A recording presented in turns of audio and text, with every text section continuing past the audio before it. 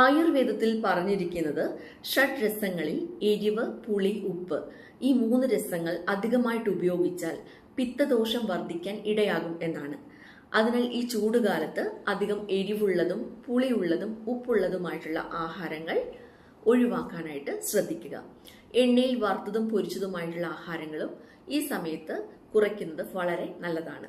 ജലാംശം കൂടുതലായിട്ട് അടങ്ങിയിട്ടുള്ള പച്ചക്കറികളും പഴവർഗ്ഗങ്ങളും അതുപോലെ ഇലക്കറികളും ഒക്കെ ഭക്ഷണത്തിൽ കൂടുതലായിട്ട് ഉൾപ്പെടുത്താനായിട്ട് ശ്രദ്ധിക്കുക.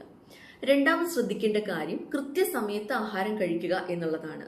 കാരണം നമുക്ക് കൃത്യസമയത്ത് ഭക്ഷണം കഴിക്കാൻ പറ്റാതെ വന്നാൽ അതിനനുസരിച്ചിട്ടുള്ള വളരെയേറെ ബുദ്ധിമുട്ടുകൾ, അസ്വസ്ഥതകളും അസിഡിറ്റിയും എല്ലാം, നെഞ്ചിരിച്ചിൽ, പുളിച്ചു തകട്ടൽ ഇതുപോലത്തെ എല്ലാ കാര്യങ്ങളും ഈ ചൂടുകാലത്ത് ഉണ്ടാകാൻ സാധ്യത കൂടുതലാണ്. കാരണം പിത്തം കൂടിയിരിക്കുന്ന പിത്തദോഷത്തിന്റെ ആധിക്യം കൂടുതലുള്ളതുകൊണ്ട് തന്നെ കൃത്യസമയത്ത് ആഹാരം കഴിച്ചില്ലെങ്കിൽ ഈ തരത്തിലുള്ള അസ്വസ്ഥതകളൊക്കെ നമുക്കുണ്ടാകാനായിട്ട് സാധ്യതയുണ്ട്. മൂന്നാമത് നമ്മൾ ശ്രദ്ധിക്കേണ്ട കാര്യം എന്താ വെച്ചാൽ ധാരാളമായിട്ട് വെള്ളം കുടിക്കുക എന്നുള്ളതാണ്. ദാഹിച്ചില്ലെങ്കിൽ പോലും അല്ലെങ്കിൽ ദാഹം തോന്നിയില്ലെങ്കിൽ പോലും ഇടയ്ക്കിടെ വെള്ളം കുടിച്ചുകൊണ്ടിരിക്കുക എന്നുള്ളത് വളരെ പ്രധാനപ്പെട്ട ഒരു കാര്യമാണ് ഈ ചൂടുകാലത്ത്. കൃത്യസമയത്ത് ഭക്ഷണം കഴിക്കുകയും നന്നായിട്ട് വെള്ളം കുടിക്കുകയും ചെയ്യുമ്പോൾ തന്നെ നമ്മുടെ ശരീരത്തിന്റെ ആ ഒരു ചൂട്, അതായത് ഉൾപുകച്ചിലൊക്കെ മാറ്റിയെടുക്കാനായിട്ട് സഹായിക്കും.